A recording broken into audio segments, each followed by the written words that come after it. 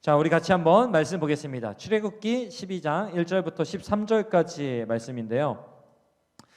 성경 말씀이 가장 완벽하고 완전한 설교이기 때문에 우리가 조금 빠른 속도로 우리 전체를 같이 한번 읽어보도록 하겠습니다. 출애굽기 12장 1절부터 13절까지 함께 읽겠습니다.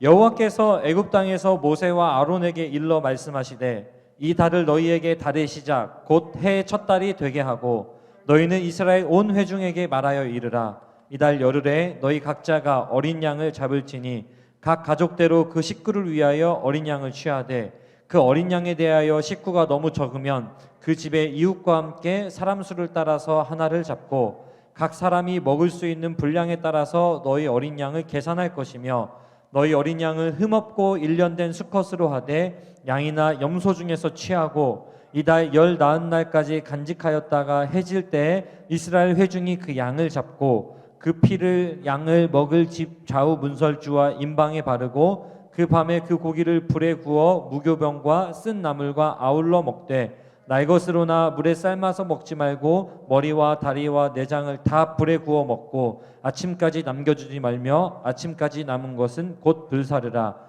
너희는 그것을 이렇게 먹을지니 허리에 띠를 띠고 발에 신을 신고 손에 지팡이를 잡고 급히 먹으라. 이것이 여호와의 유월절이니라. 내가 그 밤에 애굽 땅에 두루 다니며 사람이나 짐승을 막론하고 애굽 땅에 있는 모든 처음 난 것을 다 치고 애굽의 모든 신을 내가 심판하리라. 나는 여호와라. 내가 애굽 땅을 칠 때에 그 피가 너희가 사는 집에 있어서 너희를 위하여 표적이 될지라. 내가 피를 볼 때에 너희를 넘어가리니 재앙이 너희에게 내려 멸하지 아니하리라. 아멘.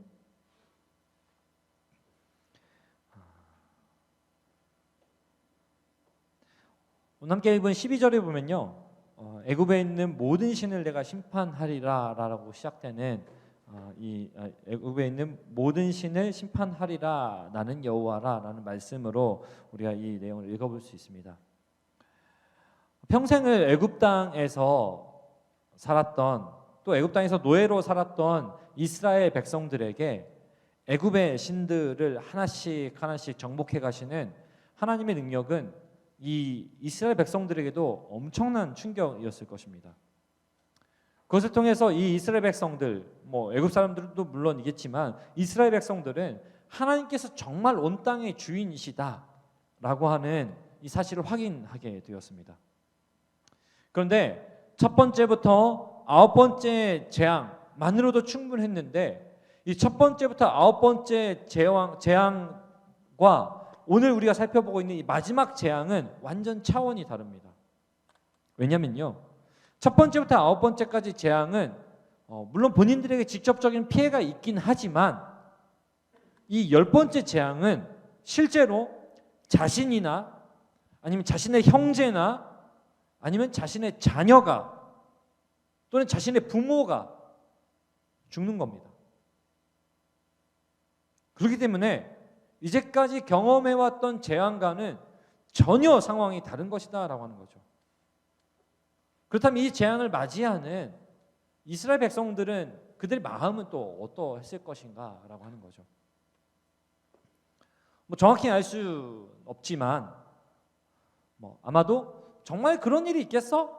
라고 약간의 의심 섞인 어떤 반응하는 사람이 있을지도 모르겠습니다. 그러면서 현실을 좀 부정하는, 아마 이 이야기를 얼핏이라도 들은 이방인들은 더 그랬을 것입니다. 진짜 그런 일이 있을 수 있겠어? 어떻게? 반면에 두려움에 휩싸인 사람들도 굉장히 많았을 겁니다. 왜요? 내가 죽을지도 모르기 때문에 그렇습니다.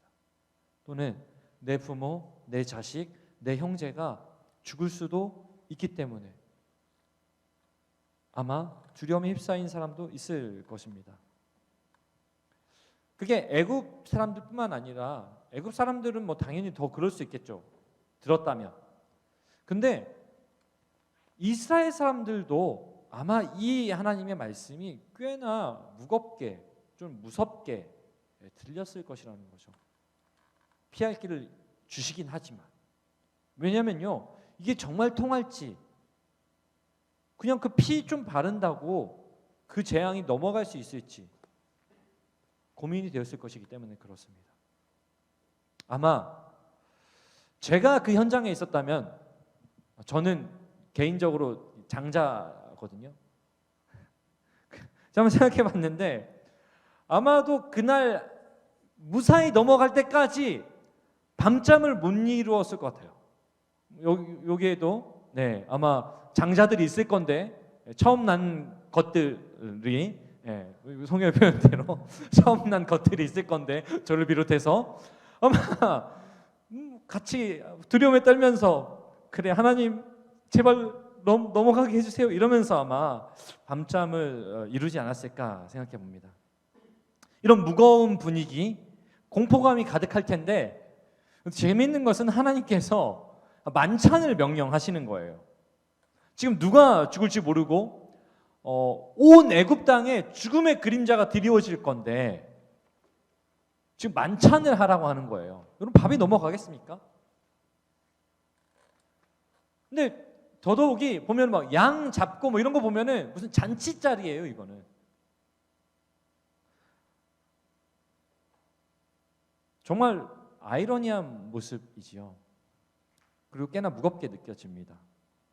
그런데 제가 말해서 무거운 거지, 이 내용을 읽어 내려가는 우리에게 이 장면이 그렇게 무겁게 다가오지는 않습니다. 또 무섭게 다가오지도 않습니다. 왜 그렇죠? 우리는 이 결말을 알고 있기 때문에 그렇습니다.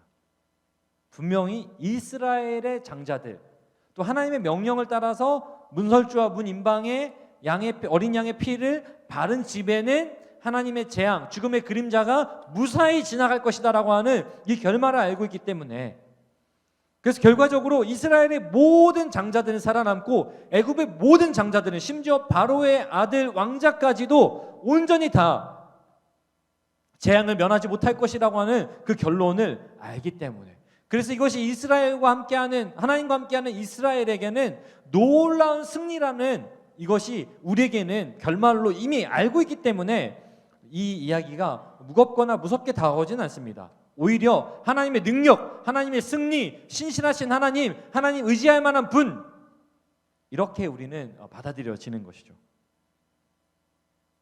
이와 비슷한 장면이 제가 보니까 성경에 한 번 더 등장합니다.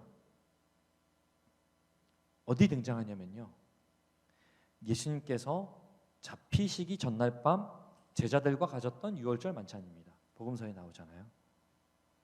최후의 만찬이라는 이름, 명칭으로 알려져서 그림으로도 익숙하잖아요. 이 장면이 바로 최후의 유월절 만찬과 비슷한, 또 등장하는 신약의 이야기입니다. 그런데 이 최후의 만찬은 유월절 만찬과 또 분위기가 좀 다릅니다. 어떻게 다르냐면요, 좀 전에 출애굽기의 유월절 만찬을 준비하는 그 이스라엘 사람들의 분위기가 무거웠을 것이다 라는 제가 얘기를 했잖아요. 제가 그 현장에 있었으면 저도 아마 그 밤에 잠을 못 이뤘을 것이다 라고 얘기했잖아요. 그래서 그들은 무거웠습니다. 근데 그 이야기를 읽는 우리는 딱히 무겁게 느껴지지가 않습니다. 왜요? 결말을 아니까. 자, 그런 얘기 했잖아요. 그런데 최후의 만찬은 어떻습니까? 최후의 만찬을 보잖아요. 만찬에 참석한 제자들은 한껏 들떠 있습니다. 무슨 잔치라도 벌이는 것처럼. 그야말로 유월절 만찬을 누리고 있습니다. 전혀 무거운 느낌이 아니에요. 공포감이 없어요. 그런데 그 만찬을 여신 예수님의 마음, 또 그리고 그 만찬에서 다른 마음을 품고 있는 가룟 유다에 대해서 알고 있는, 같은 의미에서 결말을 알고 있는 우리는 그 유월절, 그 신약에 기록된 예수님이 배설하신 그 최후의 유월절 만찬을 보면서 우리는 결코 들뜰 수 없습니다. 왜 그렇죠? 이 유월절 만찬의 어린 양이 바로 예수님을 상징하기 때문에 그렇습니다. 하나님께서는 10번째 재앙을 준비시키십니다. 그러면서 흠없는 1년 된 순양, 즉 흠없는 어린 양을 잡으라고 말씀하십니다. 그리고 그 양의 피를 문설주와 임방에 바르라 라고 말씀하십니다. 그리고 13절에 보니까 피를 볼 때에 재앙이 넘어갈 것이다, 죽음의 그림자가 넘어갈 것이다 라고 약속하십니다. 그러면서 이 피가 표적이 될 것이다 라고 이야기하죠. 여러분, 이스라엘 백성들이 애굽 사람들보다 특별히 도덕적이거나 특별히 선한 일을 했기 때문에 그런 것이 아니에요. 뭘 통해서요? 어린 양의 피라고 하는 표적을 통해서 구원을 얻습니다. 어린 양의 피를 통해서 구원을 받는 거죠. 어린 양의 피를 통해서 재앙이 넘어가는 것입니다. 우리의 구원도 이와 같습니다. 흠없고 죄 없는 어린 양이신 예수님께서, 흠없고 죄 없으신 어린 양 예수 그리스도께서 십자가 위에서 피 흘려 죽으심으로 우리에게 구원이 주어지는 것이죠. 마찬가지입니다. 우리의 어떠함이 아닙니다. 우리의 어떤 도덕성, 또 우리의 어떤 선행, 우리의 어떠한 인품, 이런 것이 아니라 오직 예수님을 통해서만 가능합니다. 저는 여러분에게 도덕성을 포기해야 된다는 이야기를 한 것이 아니라 우리의 구원의 진정한 효력이 예수 그리스도의 십자가, 흠없는 어린 양이신 예수님을 통해서만 가능한 것이라는 이야기를 드리고 있는 것입니다. 우리는 유월절 어린 양의 피를 통해서 은혜를 누리게 되는 거예요. 만약에 우리의 도덕성이나 우리의 선행, 우리의 어떤 인품과 구원이 연결된다면 아마 우리의 구원은 하루에도 수없이 승인되었다 취소되었다를 반복하게 될 거예요. 구원 받을 수 있었다가 없었다, 있었다 없었다. 그럼 적절한 타이밍에 우리가 죽어야 됩니다. 그래야 구원 받을 수 있어요. 좀 괜찮게 착하게 살 때 구원 받아야 되는 거죠. 그러나 우리의 그러한 어떠함, 우리의 연약함이 근본이 되지 않고 예수 그리스도의 십자가 보혈의 피, 어린 양의, 흠없는 어린 양의 피 하나로 이 모든 것이 해결되어지는 거죠. 마치 죽음의 그림자가 문 임방과 문설주에 발려진 그 피를 보고 넘어가는 것처럼 그것이 표적, 즉 그 집에 문패가 되어짐으로써 그 죽음의 그림자가 넘어가듯이 우리에게 예수 그리스도의 십자가와 예수 그리스도의 피가 우리에게 명패가 되어서 더 이상 우리는 영원한 형벌이 아니라 영원한 생명을 누리는 존재로 나아갈 수 있게 되어진다는 것입니다. 이렇게 유월절 어린 양의 피를 통해서 누리게 된 은혜에는 두 가지 의미가 있습니다. 뭐냐면요, 첫 번째로는 새로운 시작을 의미합니다. 이 유월절 어린 양의 피의 은혜가 주는 의미의 첫 번째가 바로 새로운 시작입니다. 2절에 보니까요, 이 달을 너희에게 달의 시작 곧 해 첫 달이 되게 하라라고 하나님 말씀하십니다. 유월절 준비하는 과정에서요. 그러니까 유월절을 보내는 이 달이 해 첫 달, 바꿔 말하면은 1월이 되게 하라는 거죠. 그래서 완전 달력이 달라지는 거예요.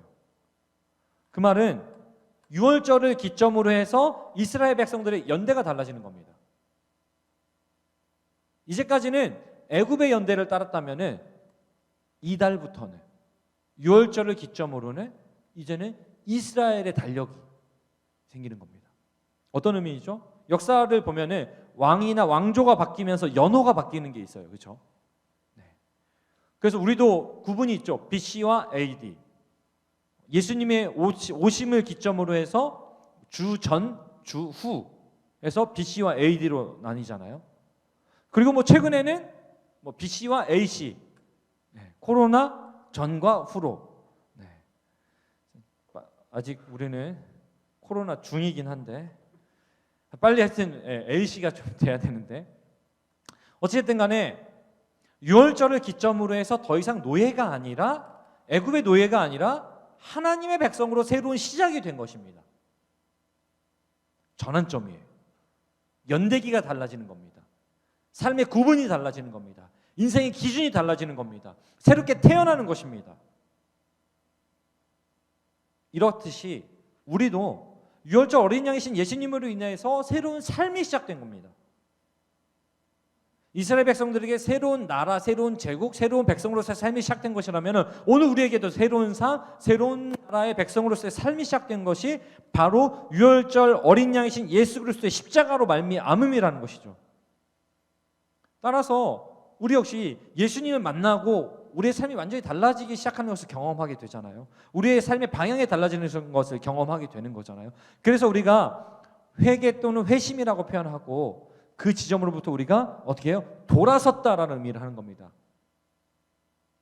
그러니까 회개, 회심 완전히 돌아서는 것을 의미하는 거잖아요. 이제껏 우리의 방향이 예수님을 알기 전까지는 세상의 방향을 따라갔다면은 예수님을 알고 난 뒤에는 어디를 향해 가는 겁니까? 예수 그리스도와 그의 나라를 향해 달려가는 것이죠.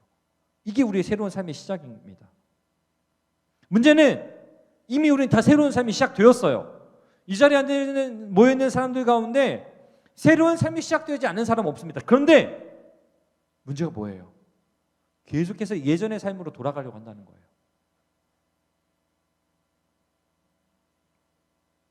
삶의 이유가, 삶의 목적이 이전의 것과 완전 달라졌는데, 삶의 이유와 목적을 예전에는 소위 말하는 성공 또는 얼마짜리 집, 어느 정도의 재력, 어떤 차, 어떤 옷을 입고 어떤 것을 먹고 어느 자리에 있고 어떤 남자친구, 어떤 여자친구를 만나고 이런 것에 있었다면 완전 달라진 겁니다. 무엇으로요? 삶의 이유와 목적이 예수 그리스도. 예수 그리스도 때문에 살고, 예수 그리스도 때문에 어떤 차를 타고, 예수 그리스도 때문에 어떤 형제, 어떤 자매를 만나고, 예수 그리스도 때문에 어떤 자리에 있고, 예수 그리스도 때문에 어떤 삶의 방식으로 살아가게 되는 것, 이렇게 달라지는 겁니다. 그런데 자꾸 돌아가려고 그래요. 어떻게 해요? 예수 그리스도 빼고로. 예수 그리스도 빼고 내 삶의 어떤 자리.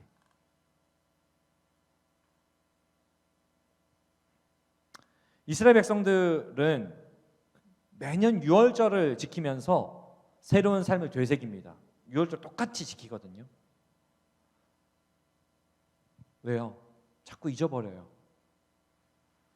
애굽의 종에서 이제 하나님 나라의 백성, 하나님 나라의 군대로 완전히 전환되었는데 어때요? 자꾸 애굽 생각이 나는 거예요. 애굽의 익숙한 방식들이 튀어나오는 겁니다. 그래서 뭐가 필요한 거예요? 유월절을 다시 지킴으로써 다시 한번 되새기는 거죠. 오늘 우리 역시 그 되새김이 필요합니다. 새로운 시작을 했지만 늘 제자리로 다시 돌아가려고 하는 우리의 습성, 이것 때문에 되새김이 필요한 거예요. 그래서 뭐예요? 그래서 예배드리는 거잖아요. 주일 예배 시간에, 그리고 매일 삶의 자리에서 뭘 통해서요? 예수님의 십자가를 바라보면서. 유대인들은 유월절 어린 양, 또다시 죽은 유월절 어린 양을 바라보면서 그 마음을 되새겼다면, 우리는 예배의 자리에 나와서 예수 그리스도의 십자가를 바라봄으로 말미암아 다시, 맞아, 나는 새로운 삶을 살고 있지, 나는 새로운 삶이 시작되었지라는 되새김이 필요한 것입니다. 그렇지 않고 내버려 두잖아요. 우리의 신앙이 화석화됩니다. 죽은 신앙이 되는 거예요. 더 이상 우리 신앙이 숨쉬지 않습니다. 우리의 영적인 상태가 어두워지고 답답해지고 막막해집니다. 그런 화석화된 신앙을 가진 수많은 그리스도인들로 인해서 화석화된 기독교가 나오는 거예요. 예배의 형식만 있고 신앙생활에 어떤 형태만 남아있고 종교 행위만 남아있는 기독교.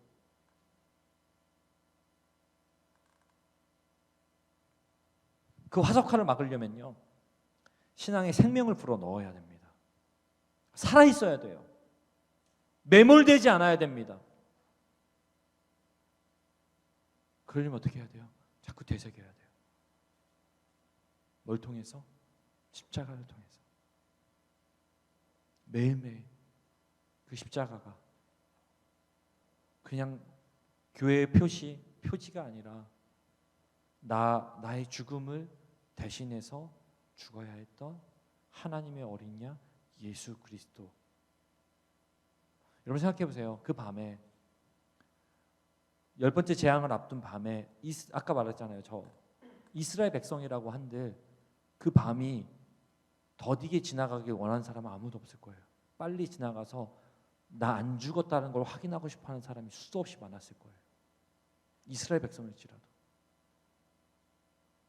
그리고 나서 그 밤이 지나면서 곳곳에서 곡소리가 울려 퍼질 때, 실제로 성경에 보면은 그 한밤중에 죽음의 그림자가 덮쳤고 그 한밤중에 모든 애굽 사람들이 깨어났고 다 통곡했다고 나와요. 온 애굽의 울음소리가 가득할 때 나는 멀쩡해.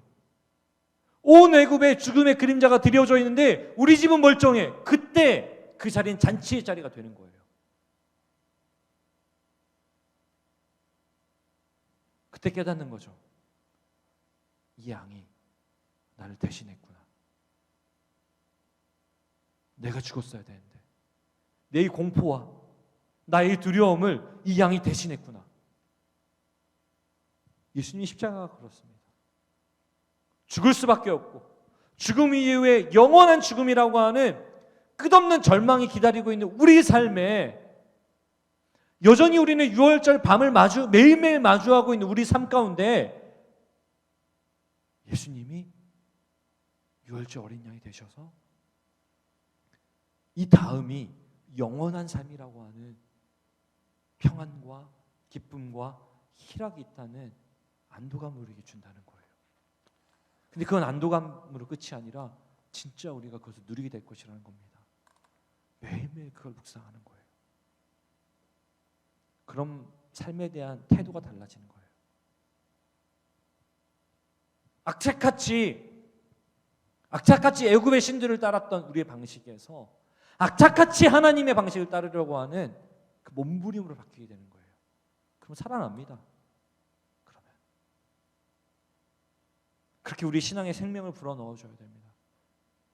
화석화된 신앙이 되지 않도록, 화석화된 기독교로 만들지 않도록, 이 하나님 말씀 성경을 화석으로 만들지 않기 위해서는 두 번째 하나님의 군대가 되었다는 두 번째 의미는 하나님의 군대가 되었다는 거예요.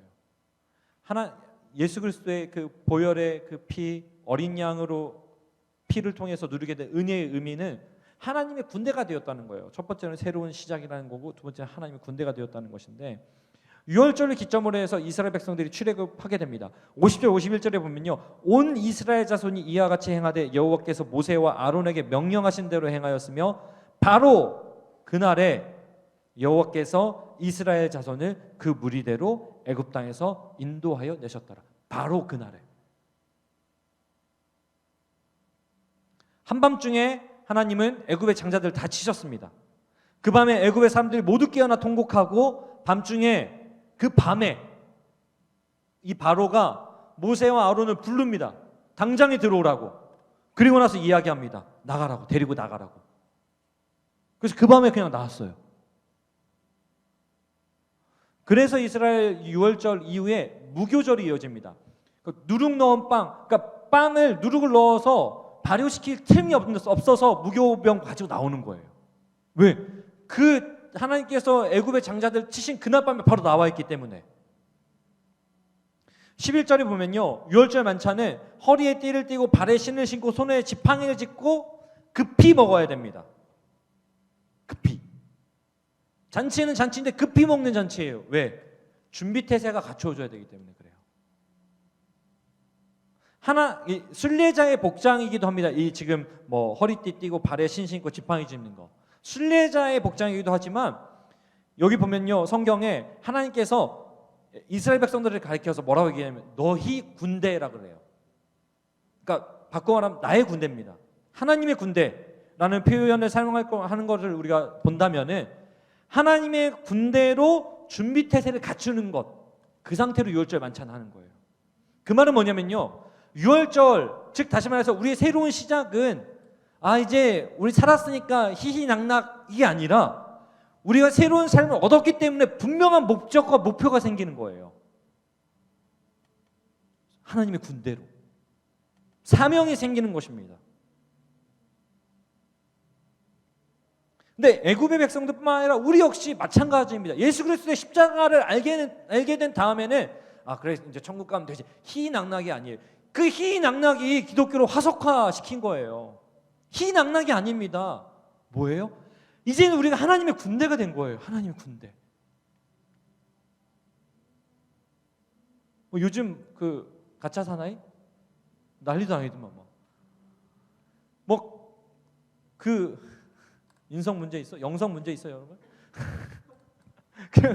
막 일을 막 바득가득 갈면서 그 훈련을 막 받고 뭐 그런 것 같은데 기절 오늘 무슨 기사 보니까 기절하기 직전까지 해가지고 막 너무 가학적이다 뭐 이런 정도도 나오는데 군대잖아요, 군대. 뭐 일반 병사들은 그렇게까지는 안 하긴 하지만 저 같은 일반인들은 그렇게까지는 안 하긴 하지만 그럼에도 불구하고 군대가 갖는 의미가 뭐예요? 그 사명이 있기 때문에 그렇게 혹독함을 견디면서까지도 준비해야 되는 것이 군대잖아요. 우리 역시 하나님의 군대입니다. 하나님 나라라고 하는 하나님의 꿈과 하나님의 계획을 이루어가는 하나님 군대라고 하는 거예요. 그러니까 이제 천국 간다 희희낙낙이 아니라 하나님의 군대로 이 땅에서 살아가야 되는 거예요. 언제까지? 주님 오실 때까지. 그러므로 십자가의 은혜를 입은 우리는 하나님의 군대로 준비태세를 갖추며 영적인 무장 상태를 유지해야 되는 겁니다.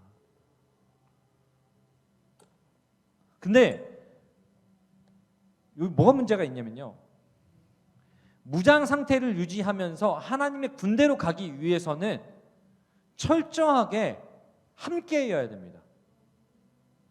그 혼자를 두고 하나님의 군대라고 하지 않아요. 한 사람 두고 군대라고 하지 않아요.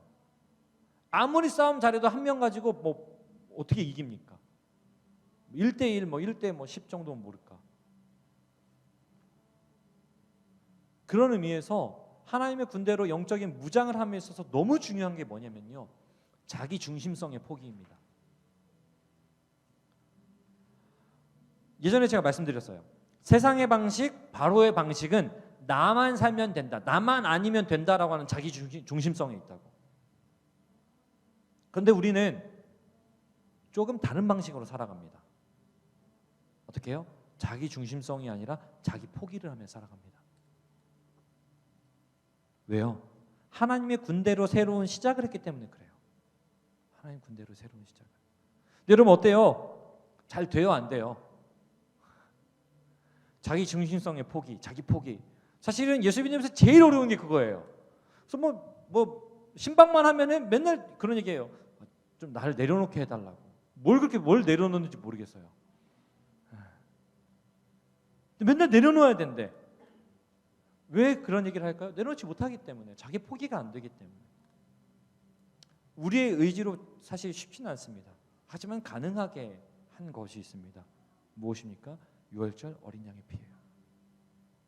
그게 바로 예수님의 십자가는 결단코 자기 중심성으로 질 수 있는 게 아닙니다. 예수님이 십자가에서 자기 중심성을 찾았다고 생각해 보세요. 그냥 십자가 뽀개고 내려오지. 근데 예수님 철저히 거기서 자기 포기하신 거야. 그냥 자신을 버리신 겁니다. 십자가 위에. 그러자 어떤 일이 벌어집니까? 우리를 대신하게 되고 우리에게 그 십자가가 은혜가 되어져서 우리에게 새로운 삶이 시작되는 거예요. 그리고 우리도 꿈꾸게 되는 거예요. 뭘요? 자기 포기를. 그래도 나도 예수님처럼 자기 중심성을 버리고 나를 포기해야 되지. 오로지 예수 그리스도를 위해, 그 십자가를 위해 살아야지가 되는 겁니다. 결국 그 자기 포기를 통해서 자기 포기의 본이 되신, 그래서 우리의 대장 되신 예수 그리스도를 따라가는 것, 십자가를 바라보고 십자가를 묵상할 때에만 자기 포기가 되는 겁니다. 그래서 여러분 수련회, 올해 겨울 수련회 못했지만 수련회 하면 어때요? 뭐 간팍한 마음으로 굉장히 그래 우리 소그룹 정도만 아니까 하고 이렇게 막 다친 마음으로 들어왔다가 막 기도 막 하고 막 이러면은 어느새 모르는 사람한테도 가서 막 쉽게 이야기하고 뭐 이런 자기 포기가 이루어지거든요. 제가 예전에 청소년 사역을 잠깐 할 때 있었는데 막 제가 약간 하드코어잖아요. 그 저녁 7시에 딱 시작해서 새벽 3시까지 기도회를 했어요.